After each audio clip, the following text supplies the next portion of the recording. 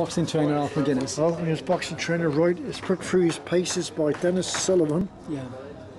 But on Saturday... What are they famous for? They're renowned fighters. Yeah, because keep mentioning that. And I think Alf will be showing...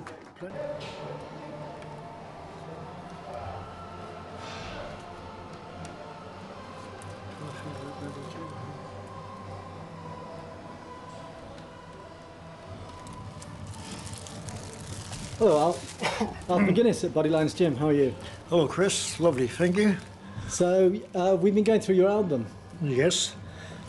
The album of your life, basically. I can start off really. It's back in 1947. Yeah. And from onwards there, I've done my national service at 55. So what age did you start boxing? 11 years of age. So how did you get into it at 11? How did I get into it at 11? Yeah. Well, a few friends was interested in boxing, a few bullies back in school, and we thought ourselves the only way we can do is get ourselves fit before we sort this sort of problem out at school. Yeah. And we joined up a club in town near the Kittle Institution. Yeah. And we was under the trainer of was under Pat Gamble from Ireland. Pat Gamble. Pat Gamble. Which he fought Paul King for the British title. And what year was that? Professional. In 1950s, late 50s. Yeah. Late 50s. And he trained us, and from there we done school boxing. Quite a lot of school boxing then. Was there many people into boxing at that time? At the time there, I was going on as an amateur. I started employment at Calumet Engineering, and boxing like Wednesday to Fridays, generally twice a week. We used to pull a crowd of 1,000, which a book will tell you. And where did they used to have the tournaments? We used to have the tournaments in to Calumet Engineering, and also Drake, HMS Navy, HMS Drake. Yeah, and plus all the clubs over travelling, like the Barnstable, Liscard, Keep Fit Club, what do you call every club you can imagine in the West Country. Yeah. And from there, you progressed. If you was picked or you got on with some good fights, which our student won some good fights, I was nominated to take our place. So health and safety has changed a lot over the years, isn't it? Health and safety, yes, quite a lot, health and safety. But there again, I find the sport well entertaining, and I also find there's quite a few extras involved with it when you got the Olympic Games or Paralympic. How does it affect you? You know, we're in April, it's April the 6th today. On the 4th of April, a boxer died in the ring, and it got headline news across the country. And it's the first time in 18 years, I think, it's happened. Yeah. Which is very sad for the boxing community, isn't it? Well, according to that, and when you're working... He didn't die in the ring, but he died from... But working out that and find out how many boxers are, amateur and professional, and also all other sports, is kickboxing and judo and all that there. Yeah. It's very, very rare. It's like horse racing or anything else. Exactly. The deaths, happen, but at the minimum, and they shouldn't be thrown into hysterical proportions. Well, you hit the nail right on the head there by talking about horse racing, because the man who won the national had a bad accident. Fell off his horse the following day. Yeah, probably got carried away with himself. Exactly. And took a stumble and got head and back injuries. So you're going to quickly take us through your albums then. Well, I can take you through the album here, like I say, from dates and all that there. This album now, which was lost, and bits and pieces have been put into the album when I went away into national service. So what's this all about on the first page? Well, this is here. I think I'm playing this. Sorry. 3, 1, go. Right. These cuttings here from fights that I had at an older age, compared to what I could find to put into the book. Yeah. As I joined the national service myself. Do you remember these fights? Oh yes, yeah. What happened at these fights then? Well, all these fights here are fought here, mainly were Charlie Nose of the gun crew. Yeah. So he was in your regiment, was he?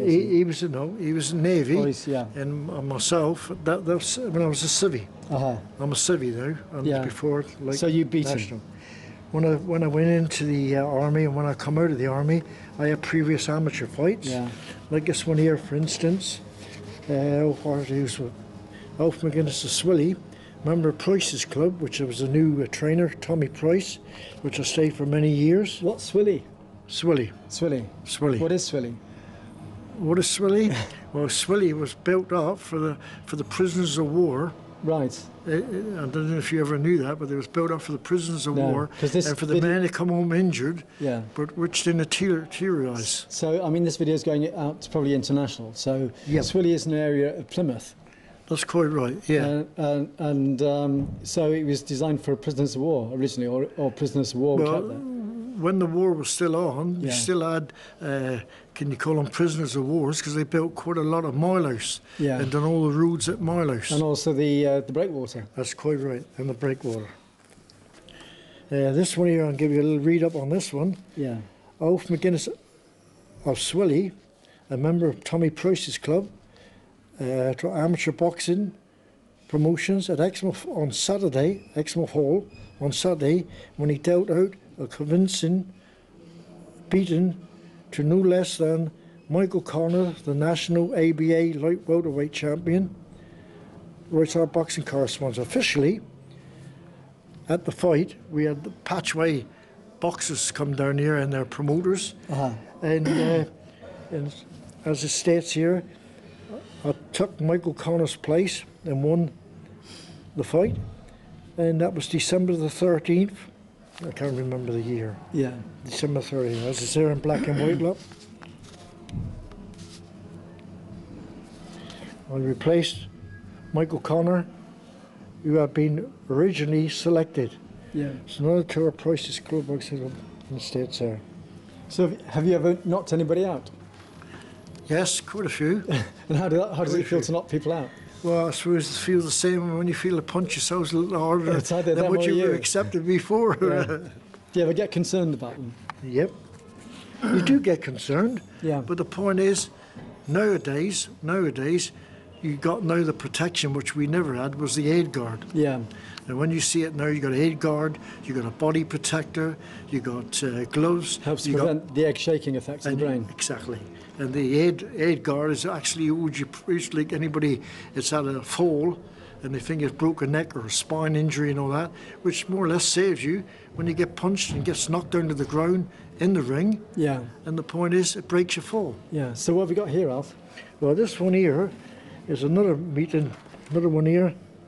5 Plymouth men for Exmouth. That was the show again from Tommy Price's. Yeah. And it was in the middleweight was Georgie Bray of Price's Club, 6 counties champion at Georgie's weight, and also Bray. Price's light welterweight, Alf McGuinnes, be up against a tough nut to crack. This is a fight previous, and he's up against Michael Connor, which he will be meeting at Sidmouth. And that's a bit I've read, you know, split in bit. Yeah. Which I'll give you details of that, and you know. Yeah, it's a great record to have. Yeah. There, right. This one here. This was another 1,000 crowd held at the Royal Naval Barracks. At what they call HMS Drake. Yeah. And there was a fighting then on the bill was Charles Nose. They called him Ginger Nose. Yeah. Charlie, good light welterweight, good man, really good. Did you get a wage for the fights? No, it just got trophies. Trophies are, you could never receive money as amateur. Yeah. They weren't paying you no money whatsoever. Because you become a professional as soon as you get paid. Yeah, exactly. Okay. And this fight here, if you That's look the problem with my career. If you look I keep being told I'm an amateur because I'm not getting paid for what I do, but I'm good at what I do. It's the same as what I've done this week, you know, all that crowd. Yeah. This is the, do you want that writing in there? Yeah. Right. Just trying to move away This from McGuinnes Nose return should be a thriller. Yeah. But let's get over this turf fight.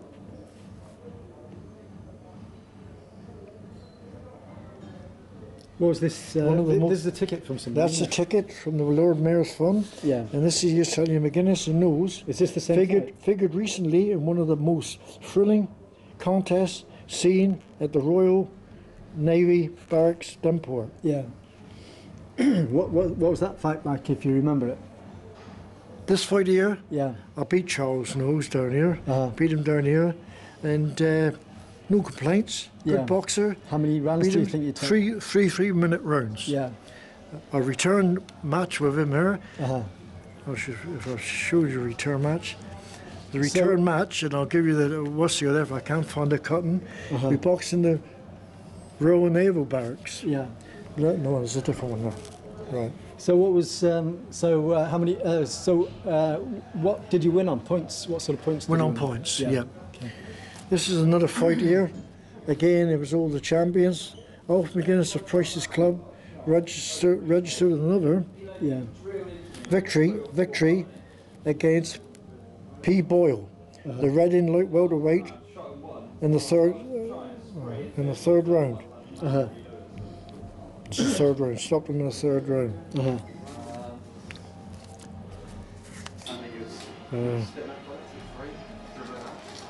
This is the return. I like to talk this over with you, as I said there.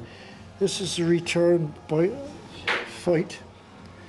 ABA Knowles, the Royal Naval Barracks, the president of the Royal Navy champion, and the second meeting between Georgie Bray and Wessex. McGuinness and Knowles figured recently one of the most best thrilling bouts at the Royal Naval Barracks, Denport. Did you write that yourself? No, they even Herald. That's a bit of Yeah, that makes a change for the Herald, doesn't it? Now this one's Might be something to do with fighting and boxing. It probably will be good in the This Herald. one here's further ahead. Yeah. But it's which I beat this one, Kerr, wasn't it? Yeah, Kerr. Yeah.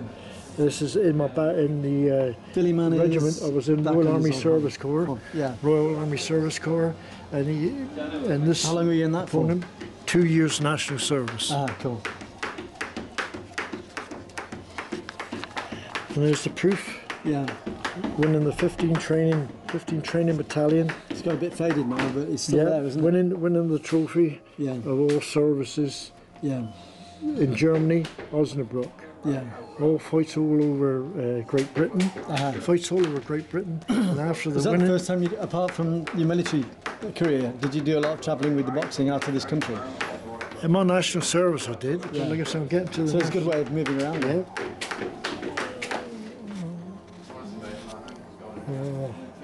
I don't know who this one is. McGuinness shows ringcraft and punching power. Yeah. That's the Queen's Old Barnstable. I thought a man there. Does that still exist? Terry Nichols, I beat him. Yeah. Terry Nichols. Beat him convincingly on points. Yeah. There's a boxing reporter there. Was he about the same size and weight as you? No, I started giving away a little bit of weight because I couldn't get fights and couldn't get training partners. Yeah. And I found that way. And these are- I got that one. Got that one's Colin.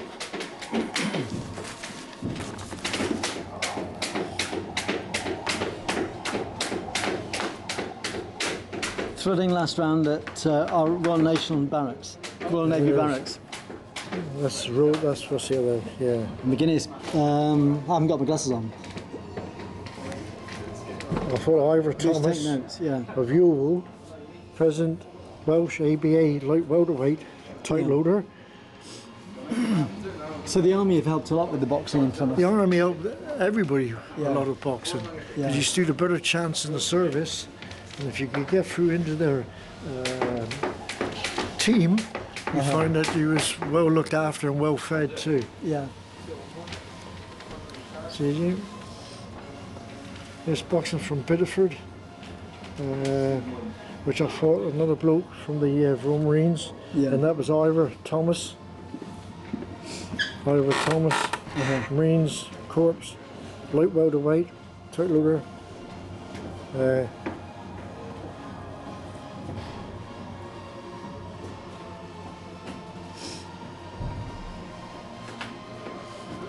As you can read along here and put that story in there yourself. Yeah, I've already got it actually scanned. And you've got some pictures in there as well. Yeah.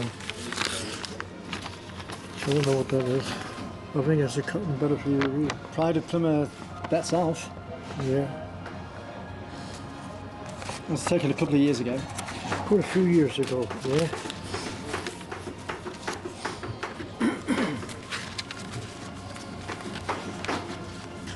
See, look, it's falling all out here, look. Yeah. Everything's falling out. So do you have a boxing tournament that stands up from any other? Well, I think the ones I've got in this cutting book, which I can find and gradually stick in, that was Michael Connor was an outstanding boxer in all weight, as you can read, or if you've read it yourself, and it says, I beat him convincingly. Yeah. And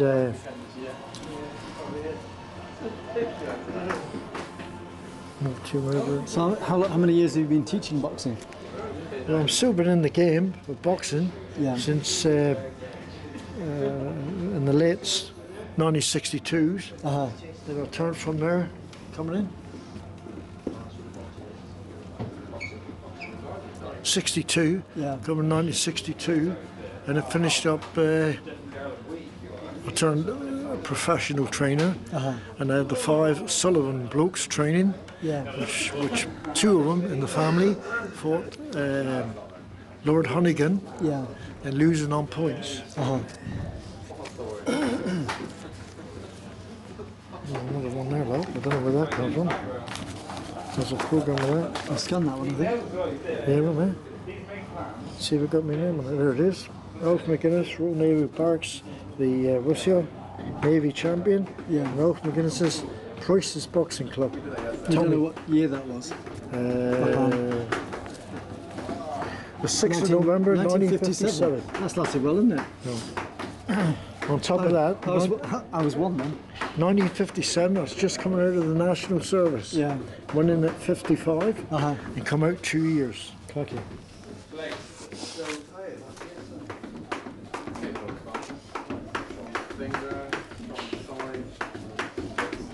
I'm trying to get this.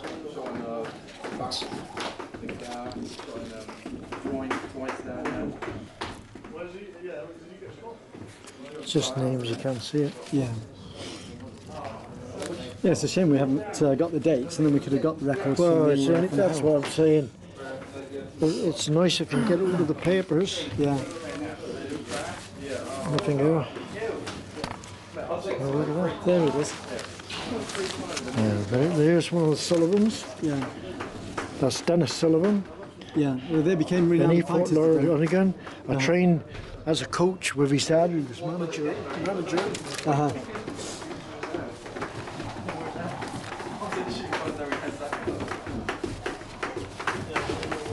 We've got to get this together because it's a little bit, you know, it's just tearing up. Need a bigger album really now, don't you?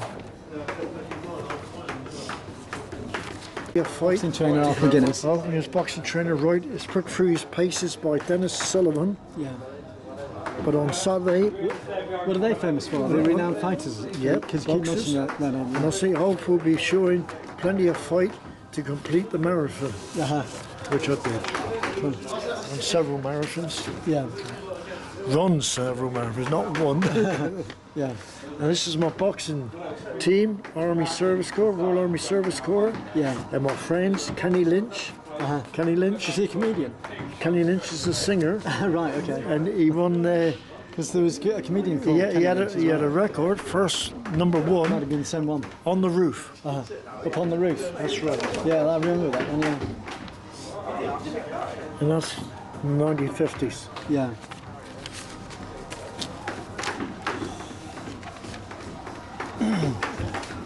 I know you'd have got the book and you've seen it, you would have read it. Yeah. You would have loved to see it.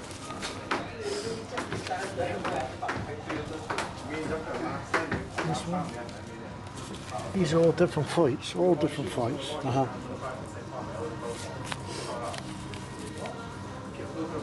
Here's this one. Devon Boxing season opens this week. Stop there. Yeah. Stop there.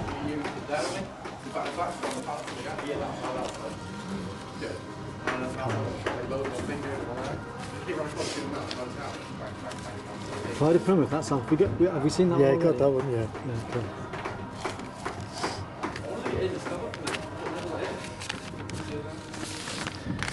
And there's the Plymouth date all on there, March 2nd, 1985. Yeah. And I see professionals, professional boxers, and that's our meeting at Stoke. And that's where we used to appear there, wearing all our boxing ties and a presentation. So have you always lived in Plymouth, apart from being in the military, when you were travelling around with the military? Yes, always lived in Plymouth. I like to say, pick out one or two for me, was a good professional was Flash Atkins, and quite a few professional boxers' names is gone out. So what year would you say was the highlight years for boxing? I would say it started off getting good fights. It was 1955, which was service personnel, and found out different boxers from different regiments who owned the good titles, and having them for good sparring partners, which they used me as well.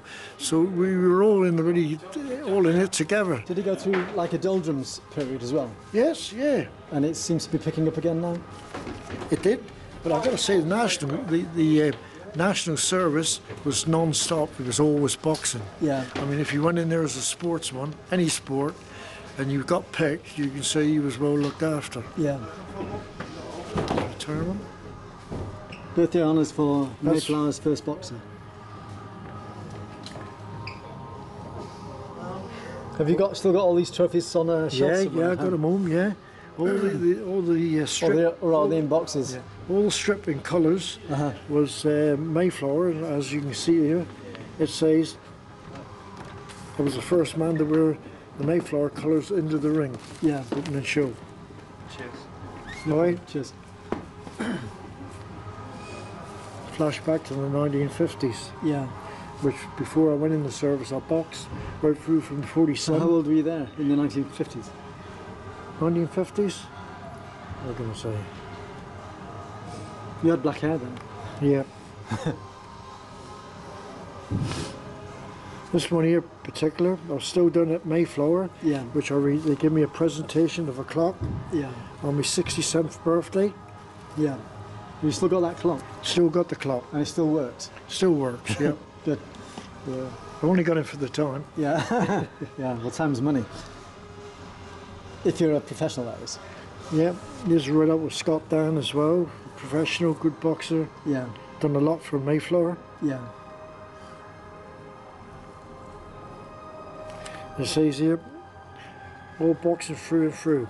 Yeah. This is Mike Drake, he was on the committee of Mayflower, and son, Alf and Mayflower go together. Yeah. Alf is boxing through and through, and his loyalty to the club and beyond question. Yeah. Said Drake. He's very active, was still training, and a senior boxer twice a week. Still training senior boxers twice a week. Yeah. Also, someone asked him for help in the weekends, all will be, or without any question, without. Yeah. So have we got any more in there to look at? Yeah, it's a lot, but there's a lot missing on the bloody book. But I want to come here.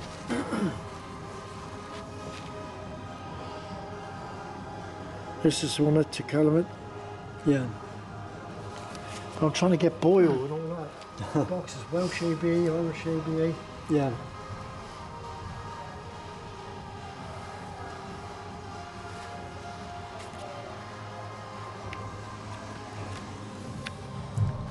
Now it's going to pieces. I've sorted them all up. Well, threw them in but after a time, as you can see, wear and tear. When I come out of the National Service, the book was hard to find. I found it was more or less dumped out when we were shifting. And so what do you think? Do you go through highs and lows as a boxing coach or a boxer? And if so, what were your lows? What would I? Do you go through highs and lows? At times when you feel high or low? Well, the point is, you never feel low, because the point is you're more concerned about the boxers Yeah. and getting them through their fights. Yeah. Because as you know, you feel yourself, you may sweat and you may also think about it, which they don't say, oh, I don't worry about it. But honestly, before you go into the bout, but any bout, Yeah. boxing bout, you'll find you got a little bit of nerve there. Yeah. And what are your highs then? What were the highest things that you've, the highest achievements, or the highest, the most exciting things you've done in boxing, or even in a tournament? Well, I suppose when you've won one tournament and you've come out into the ring and just stuck one left hand out and caught it on the chin and he's gone backwards and they've counted them out, I think that was achievement on my own. So you've got a daughter in Australia? I've got a daughter in Australia and a grandson. Yeah. And I got a daughter in Southampton. And well, the family's in Southampton. Yeah. Got a good family. So they left Plymouth to go to Southampton? Yeah, I seen him last week. Yeah. So I've got to say that. I did see him. I was looking at that there. I'd love to find that. I got Welsh boxes, Irish boxes, and all that there, which on the Evening Herald. Yeah. When I do find it, I like to show you in black and white so people can just read it and say, Christ, you know. Yeah.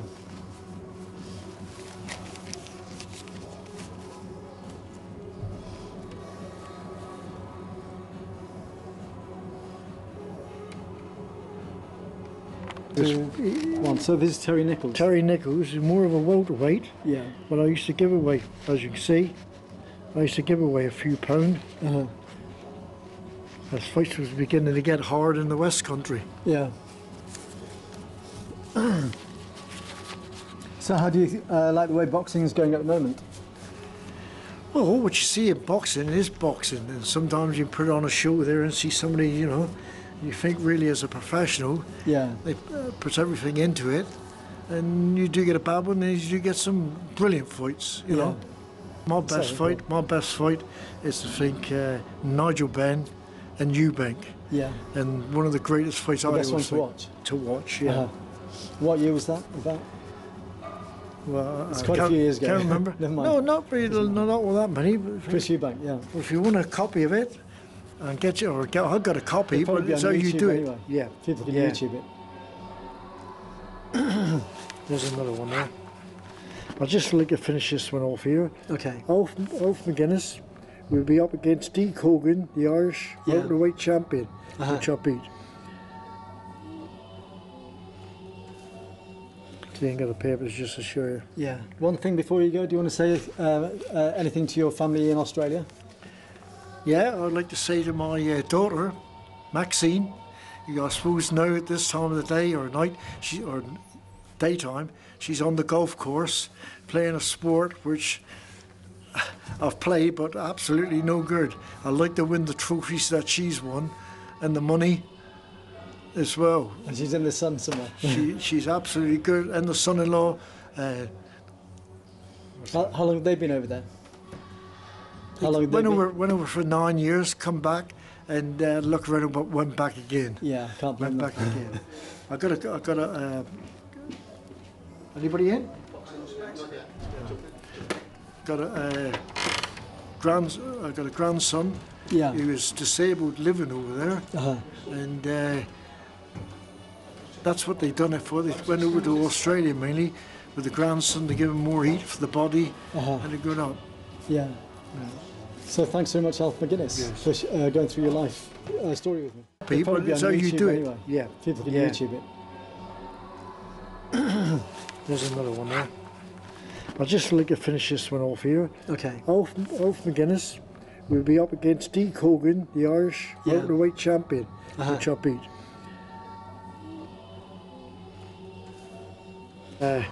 Hard to find. I found it was more or less dumped out when we were shifting.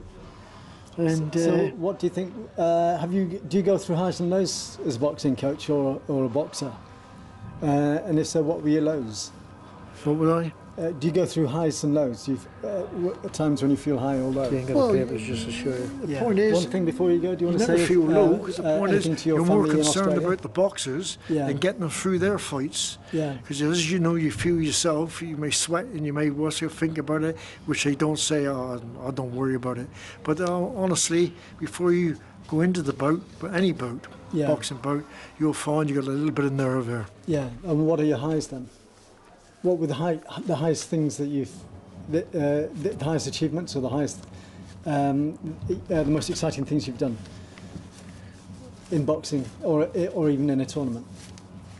Well, I suppose when you've won one tournament and you've come out into the ring and just stuck one left hand out and caught it on the chin and he's gone backwards and they've counted them out, I think that was achievement on my own. So you've got a daughter in Australia? I've got a daughter in Australia and a grandson. Yeah. And I got a daughter in Southampton. And well, the family's in Southampton. Yeah. A good family. So they left Plymouth to go to Southampton? Yeah, I seen him last week. Yeah. So I got to say that. I did see him. I was looking at that there. I'd love to find that. I got Welsh boxers, Irish boxers, and all that there, which on the Evening Herald. Yeah. When I do find it, I like to show you in black and white so people can just read it and say, Christ, you know. Yeah.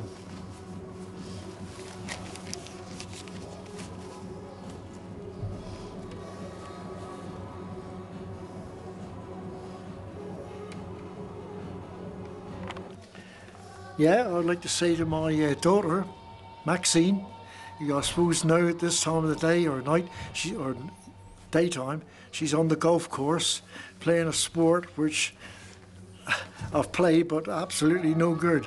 I'd like to win the trophies that she's won and the money as well. And she's in the sun somewhere. She's absolutely good. And the son-in-law. How long have they been over there? How long have they went over for 9 years, come back and look around and went back again. Yeah, can't blame Went them. back again. I got a anybody in? Got a grandson. Yeah. He was disabled living over there, and